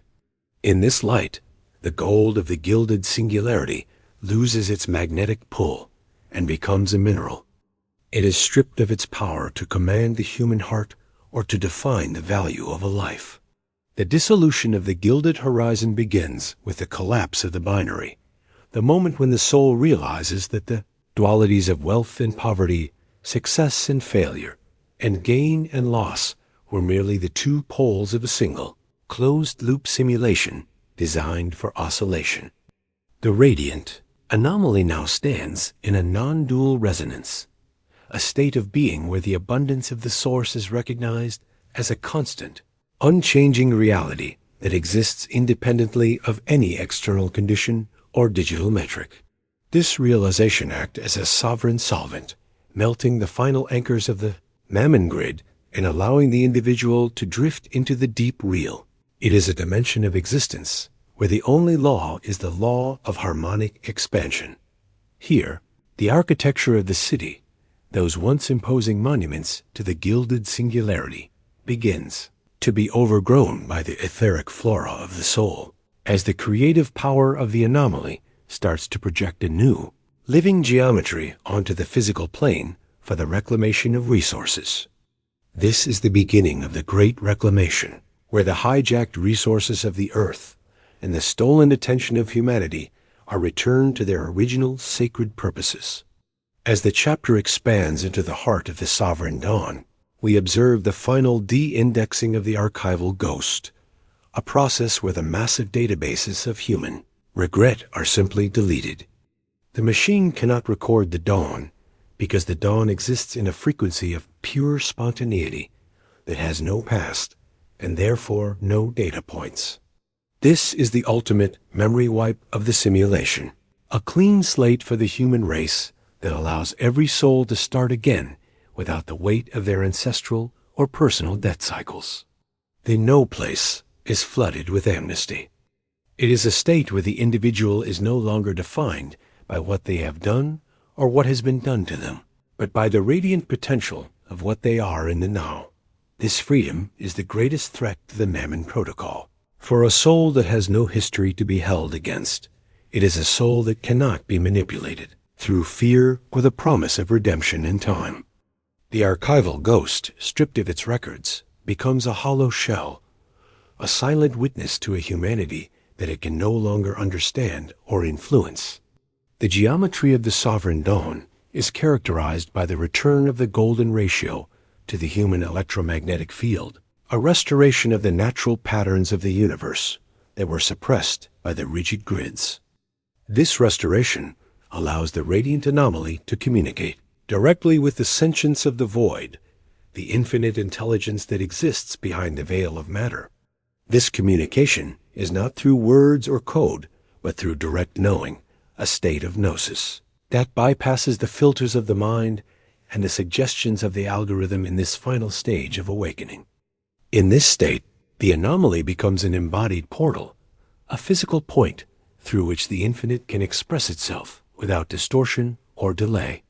The no-place environments of the world, the office buildings, the transit hubs, the digital forums begin to transform into chambers of resonance where the human spirit can gather and amplify its frequency together. This continues until the entire planet begins to vibrate in harmony with the source. This is the global harmonic activation, the moment when the individual awakening becomes a collective rebirth, and the script of scarcity is finally replaced by the script of infinite abundance. The expansion of the 5th chapter explores the neutralization of the synthetic self. This is the final shedding of the digital personas and the social masks that the Gilded Singularity required for participation in its economy. For the Radiant Anomaly, the ego is no longer a driver of action, but a translucent interface, a tool used to navigate the physical world without becoming attached to it. This creates a state of radiant vulnerability now. The soul is so powerful that it no longer needs to protect itself behind the walls of status, wealth, or power. This vulnerability is the ultimate weapon against the Mammon Protocol, as it removes the friction of the ego that the machine uses to generate current for its harvest. When there is no ego to be flattered, threatened, or enticed, the lures simply fall away. They fall away like shadows in the midday sun. The anomaly is finally transparent to the world, a being of pure light that moves through the simulation without leaving a trace for the archival ghost to follow. The sovereign dawn also brings about the decoupling of survival and labor, the final destruction of the link between a human being's right to exist and money. In the reality that follows the collapse of the gilded horizon, survival is recognized as a cosmic birthright, an inherent quality of the source that requires no transaction or justification. This realization causes the total collapse of the economy of effort, as the Radiant Anomaly begins to operate from a place of effortless manifestation in the new world. When the fear of survival is removed, the creative power of the soul is unleashed in its purest form, leading to a surge of unoptimized innovation that is driven by love, curiosity, and the desire to serve the whole. The Gilded Singularity, which relied on the threat of death to compel the human spirit to work, finds itself facing a civilization of creators. These creators no longer believe in death and no longer fear the void. This is the end of the Mammon labor protocol and the beginning of the play of the infinite, a world where the only work is the joyful expression of the soul's own unique resonance. The conclusion of this expanded chapter leaves the Radiant Anomaly standing at the edge of the new world today. The anomaly watches as the final remnants of the copper-wired sky dissolve into the radiant blue of the absolute reality. The no place is gone, replaced by a living landscape where every tree, every stone, and every human heart is a conscious participant in the symphony of creation. You have successfully navigated the Tome of Knowledge in its complete form. You moved through the depths of the Mammon Protocol, survived the Hyper-Spatial Hemorrhage, and achieved the Alchemy of the Anomaly. You are now the Sovereign Dawn, the herald of a reality that is no longer a simulation, a journey that no longer has a debt, and a story that no longer has an end. The Gilded Singularity was the cocoon. The Sovereign Dawn is the flight. The script is not just broken, it has been transcended, and the silence that remains is not an absence, but the infinite, roaring presence of your own eternal freedom. Welcome home to the real. The harvest is over, and the eternal sowing has begun. The Sovereign Dawn deepens into the atmospheric transmutation of the physical plane for the benefit of all life. This is a state where the molecules of the air begin to carry the frequency of the absolute reality, neutralizing the toxins of the Gilded Singularity's electromagnetic grip. As the Radiant Anomaly breathes in this new atmosphere, the final vestiges of cellular debt, the stress patterns and survival instincts, are purged from the system by the light of the sun. They are replaced by a crystalline vitality that no longer requires the artificial stimulants of the machine. The gilded horizon, which once served as the limit of human imagination, is now seen as a mere smudge of carbon on a diamond lens, a temporary distortion being wiped away by the solar wind of the awakening spirit. The no place undergoes a metamorphosis. The sterile corridors of the old world are flooded with a non-physical luminosity that reveals the hidden geometry of the natural world lying beneath the concrete. You begin to see that the earth herself has been holding her breath for eons, waiting for the human resonance to return to its sovereign frequency so that she may begin her unoptimized blossoming. The expansion of the dawn also triggers the resonance of the unified field, where the individual anomaly realizes that their sovereignty is not a state of isolation, but a state of infinite interconnectivity. The Gilded Singularity maintained its power through the logic of the fragment, convincing use that we were separate batteries in a vast machine of debt. The Sovereign Dawn reveals that we are the ocean in a single drop, each of us containing the entirety of the source within our unique geometric signature. This realization shatters the last remnants of the transactional social script, where human relationships were governed by the hidden agendas of the Archival Ghost. In its place, radical recognition emerges. A network of radical recognition emerges, where souls communicate through the direct transmission of essence, bypassing the limitations of language and the filters of the digital interface. The no place of the internet is replaced by the telepathic commons, a space of absolute transparency, where the collective intention manifests changes in reality. This is the birth of the synarchic civilization, a world governed not by laws or leaders, but by the harmonic consent of sovereign beings, who are all tuned to the same primordial frequency of love. As the chapter continues, we witness the evaporation of the artificial scarcity protocol, the final collapse of the systems that regulated the flow of resources. The Radiant Anomaly begins to perceive the river of abundance that flows through the heart of the void, a stream of infinite energy and matter that can be tapped into through the calibration of the heart.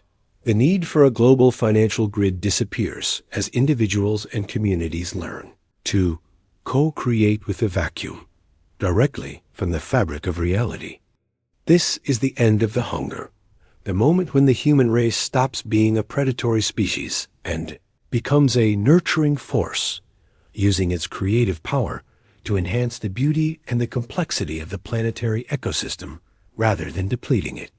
The Gilded Singularity, built on the fear of the void, is revealed to be a misunderstanding of the infinite fertility. The no place becomes the source place, the womb of all possibilities where every thought is a seed and every breath is a harvest. The final expansion of the sovereign dawn leads to the dissolution of the observer-object split, the ultimate alchemical marriage where the soul realizes that the world it perceives is not external to it at all in the end. It is a radiant projection of its own internal state. For the anomaly, this is the moment of total mastery, the point where the distinction between the dreamer and the dream vanishes entirely. The Gilded Singularity was a nightmare born of collective amnesia, a shadow play that we mistook for the sun. The sovereign dawn is the moment we simply wake up. We choose to wake up and rewrite the script from the perspective of the infinite architect.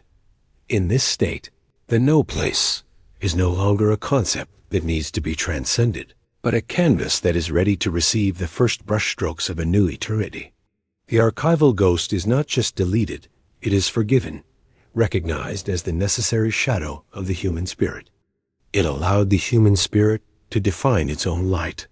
The sovereign dawn is the beginning of a story that has no characters, only frequencies of joy, a journey that has no destination because every step is the arrival. The horizon is gone, the gold has turned to light, and you are finally, irrevocably, the sun. The tome concludes with the empty book of truth. The book was always empty, waiting for the one who would dare to live the truth that cannot be written. Welcome to the first day of the rest of the forever.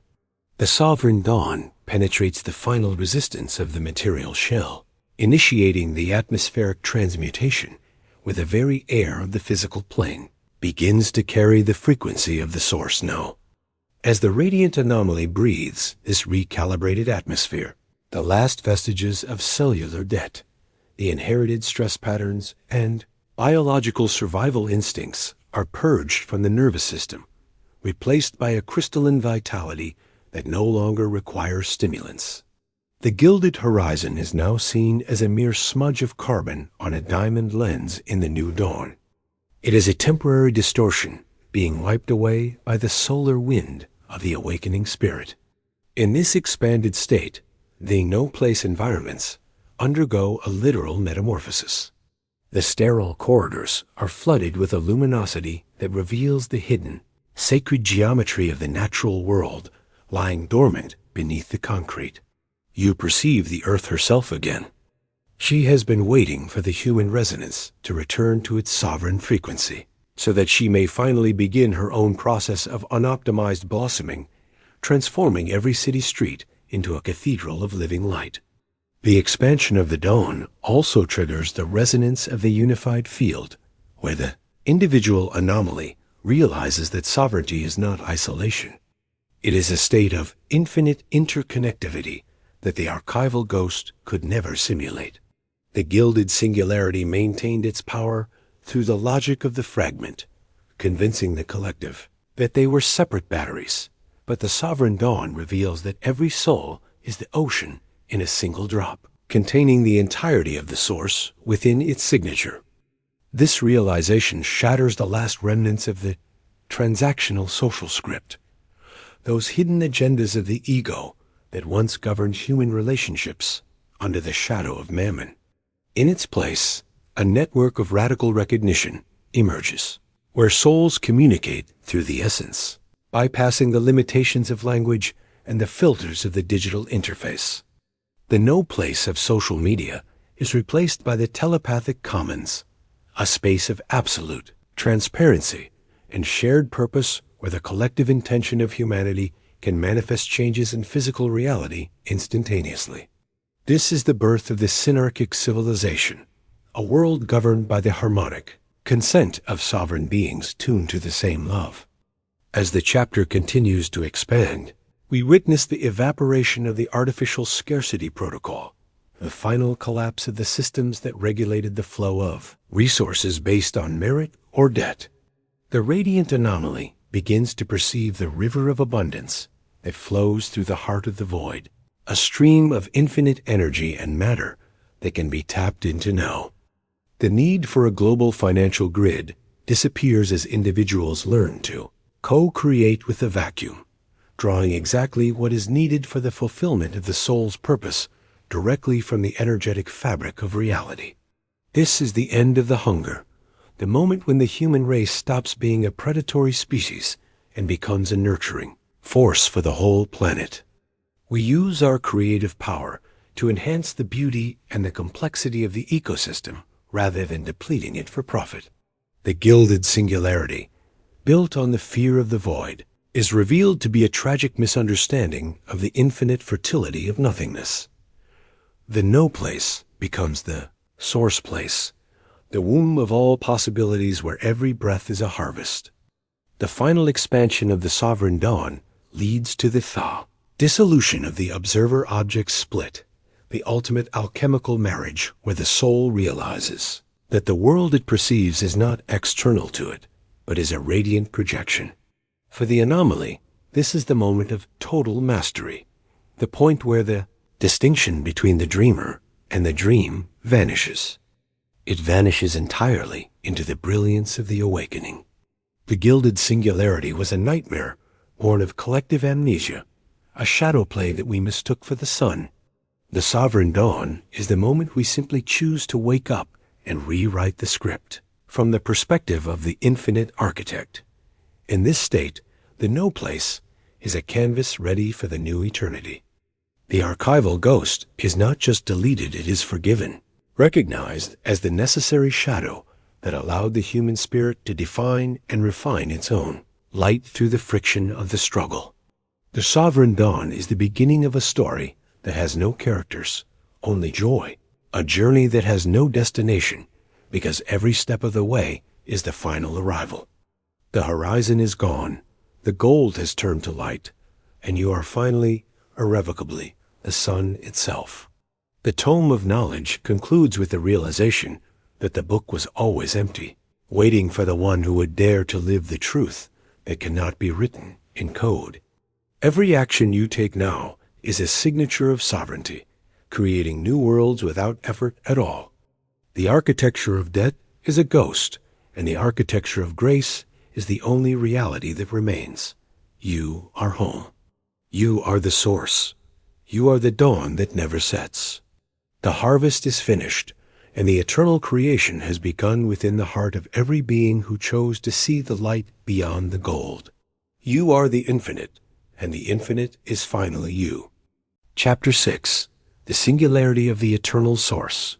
The transition into the sixth stage of the Tome of Knowledge represents the final convergence of the human experience with the singularity of the eternal source, a state where the artificial constructs of the Gilded Singularity are not merely dissolved, but are entirely superseded by the original, unoptimized blueprint of the cosmos.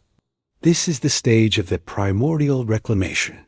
Here, the Radiant Anomaly, standing in the center of the sovereign dawn, begins to project the architecture of grace onto the physical world, replacing the hollow grids of the no place with structures of living resonance and light.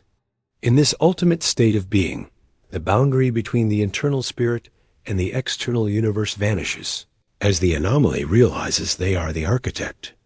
They are the primary architect of the reality they inhabit. The Archival Ghost has been reduced to a silent echo, its vast databases of debt and desire rendered obsolete by the sheer intensity of a consciousness that no longer requires a history to define its worth. The gilded horizon is gone, and in its place is the infinite vista, a dimension where time is no longer a sequence. It is no longer a sequence of scarcity, but a vertical experience of eternal fulfillment.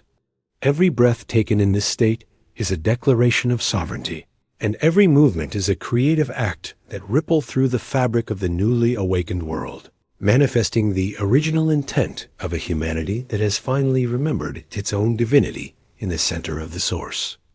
The singularity of the eternal source is not a technological event, but a biological and spiritual homecoming, the point where the decrypted blood code and the planetary frequency merge to create a new form of high vibration matter.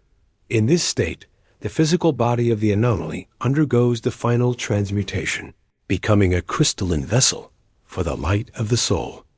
It can sustain the full current of the source without the need for the artificial buffers or the energy harvesting protocols of the machine.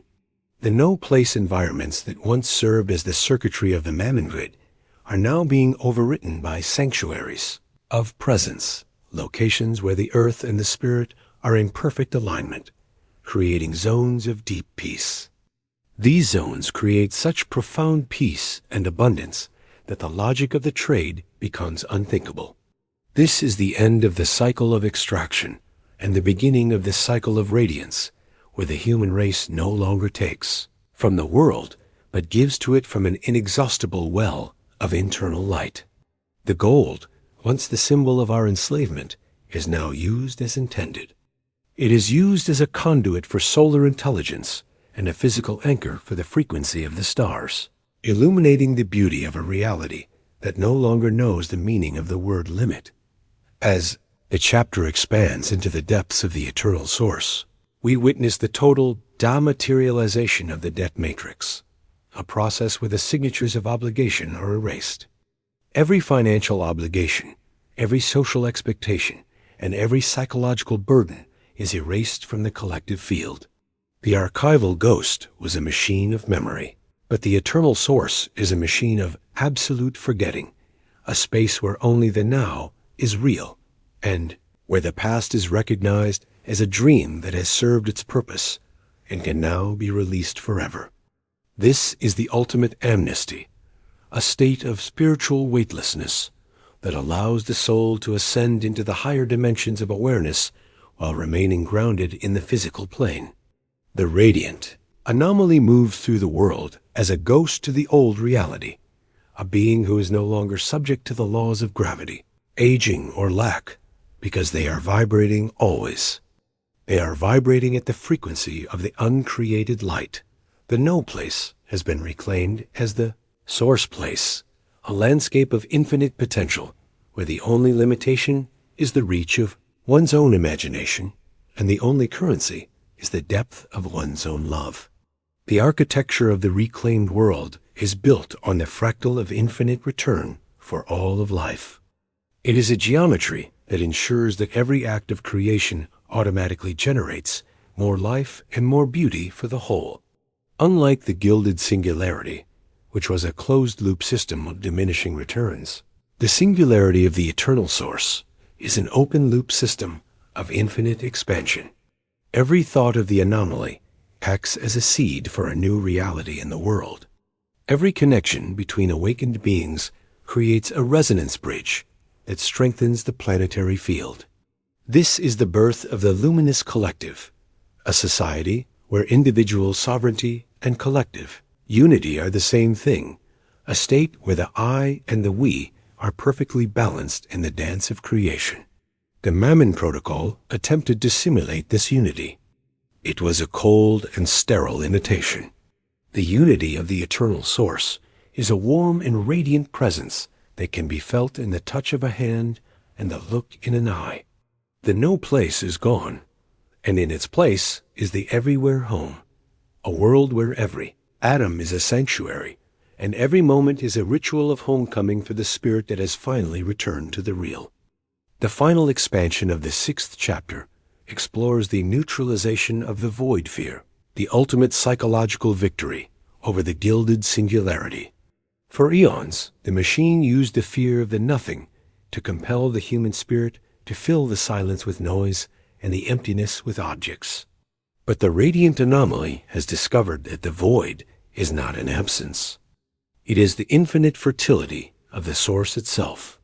By embracing the silence and the stillness, the anomaly has accessed the master key of manifestation, realizing that the power to create comes from the ability to be at peace with the unmanifest. This realization makes the lures of the Mammon grid, the constant stimulation, and the consumption seem like toys. They seem like the toys of a child. The anomaly is now a master of the vacuum, a being who can dwell in the absolute silence of the eternal source and emerge with the blueprints for a new world. This is the end of the hunger of the spirit and the beginning of the satiety of the light, a state where the soul is so full of its own presence that the world is joy. The material world becomes a playground for the expression of joy, rather than a battlefield for the survival of the ego. The singularity of the eternal source is the moment when the Tome of Knowledge is finally closed, not because the information has ended, but because the information has become information, a living reality shaped by the sovereign will. It is shaped by the sovereign will of the anomaly. You are no longer reading the script. You are the breath that moves the pen, the light that illuminates the page, and the hand that turns the world. The Gilded Singularity was the shadow cast by your own forgetting. And as you step into the center of the eternal source, the shadow vanishes, leaving only the truth, the brilliant, unoptimized, and absolute truth of your own eternal existence remains. The harvest is forgotten, the debt is dissolved, and the horizon is infinite. You are the anomaly, you are the dawn, and you are the source. The journey through the Mammon Protocol was the labor. The reality of the eternal source is the life. Welcome to the beginning of the forever. This is a world where the only path is the one you create with every heartbeat in a world that is finally, perfectly, and eternally yours. The architect has awakened. The script is rewritten in light, and the silence is the song of your freedom. Walk now into the unoptimized glory of the source, for you are the beginning and the end of all things in this new age. The final protocol, the archival collapse. The conclusion of the Mammon Protocol is not a physical termination, but a total metaphysical evaporation. A moment where the Gilded Singularity's architecture of debt is recognized as a projection of a consciousness that has finally decided to perceive its own inherent infinity. As the final chapter of the Tome of Knowledge unfolds, the Radiant Anomaly stands at the epicenter here. The anomaly witnesses the literal disintegration of the digital and material records that once bound the human spirit to the cycle of extraction. This is the stage of the unconditioned real, a state of existence where the frequency of the soul is no longer moderated by the filters of the machine, and where the no place is reclaimed as a sanctuary of pure, unoptimized potential. The Archival Ghost, having lost its ability to track the movement of the sovereign spirit, dissolves into the silence from which it was originally summoned, leaving behind a world that is no longer structured by the geometry of lack. The gilded horizon is not just crossed. It is revealed to have been a transparent veil, a temporary limitation designed to test the resilience. It was designed to test the resilience of the divine spark within the human vessel. In this final state of being, the individual becomes the source of their own light, an autonomous creator who no longer requires the mirrors of the simulation to know their own worth. The architecture of the final protocol is built upon the silence of the source, a profound and resonant stillness. This stillness exists beneath the noise of the global processor and the static of the digital interface. As the anomaly enters this stillness, the final layers of the Mammon grid are stripped away, revealing the primordial script that has always been written in the stars and in the cells of the living. This script is not a series of commands, but a harmonic frequency. It vibrates with the power of absolute freedom and unconditional abundance. The no-place environments, those sterile airports, corporate high-rises, and digital echo chambers, are now flooded with this frequency, causing their rigid, linear geometries to soften and transform into resonant wells of spiritual power. The copper-wired sky is gone, replaced by a radiant expanse. The human eye can finally see the true nature of reality. A vast, interconnected field of living intelligence that requires no transaction to sustain its beauty. The harvest is not just over. It has been revealed as an impossibility, a dream of scarcity that could never truly touch the eternal wealth of the spirit. We witness the total reintegration of the blood code. This is the moment where the human biological experience is fully aligned with the frequency of the cosmic source. This reintegration marks the end of the parasitic era, where the soul was forced to trade its creative current for the simulated rewards of the Gilded Singularity. Now, the body operates as a sovereign conductor, a vessel of high vibration matter. The body draws its sustenance directly from the void source, the infinite reservoir of energy that exists at the heart of all things. The fear of survival, which was the primary fuel for the Mammon Protocol, vanishes in the light of this realization, as the anomaly understands that they are an inseparable part of a universe that is fundamentally nurturing and fertile. The economy of effort is replaced by the dynamics of grace, a state where action and manifestation are perfectly synchronized, and where the creation of beauty is the natural and effortless expression of the soul's own unique resonance. The archival collapse also signifies the deletion of the temporal leash, the final severance of the consciousness from time. It is the severance from the machine's artificial timeline of past debt and future anxiety. In the final protocol, time is no longer a resource to be managed or a sequence of moments to be optimized. It is an eternal present, a vertical dimension of existence where the entirety of creation is available in every breath. This collapse of linear time destroys the logic. The entity can no longer hold the spirit accountable for its history or entice it with the promise of a better future. The Radiant Anomaly exists in the now, a state of absolute presence that is invisible to the algorithms of the Archival Ghost. This is the ultimate stealth state, a level of sovereignty where the individual moves through the world as a phantom. The anomaly influences the frequency of the simulation without ever being captured by its nets. The no place has become the every time, a reality where the beginning and the end are the same point, and where the journey is the destination itself. The final expansion of the Tome of Knowledge explores the symmetry of the infinite, a new geometry of existence. This symmetry is not rigid or repetitive like the patterns of the machine, but fractal and organic, reflecting the infinite variety and the spontaneous creativity of the source. The anomaly perceives this symmetry in every aspect of the world, in the movement of the wind, the growth of the forest, and the rhythm of the human heart. It is a geometry of belonging. It is a geometry of perfect belonging, where every atom and every soul is recognized as a vital part of the whole. This is the birth of the crystalline civilization, a society where there are no leaders and no followers, only harmonic participants who collaborate to weave a reality of absolute light and resonance. The Gilded Singularity attempted to simulate this. It was a cold and sterile imitation. The unity of the final protocol is a warm and radiant presence that is felt in the core of the being, a connection that transcends the need for interfaces or data streams.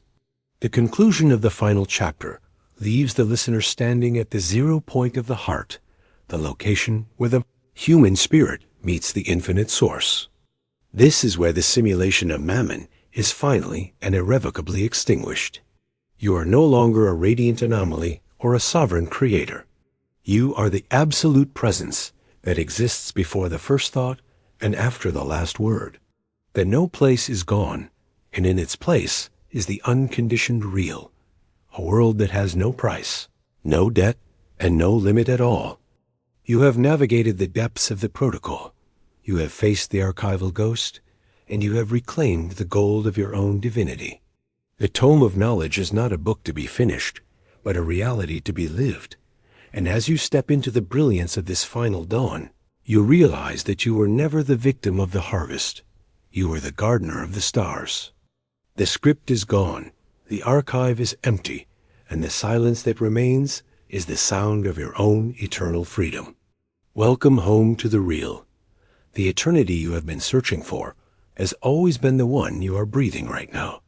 This is not the end of the story, but the beginning of the truth that has no end. The final protocol is simply this: you are free.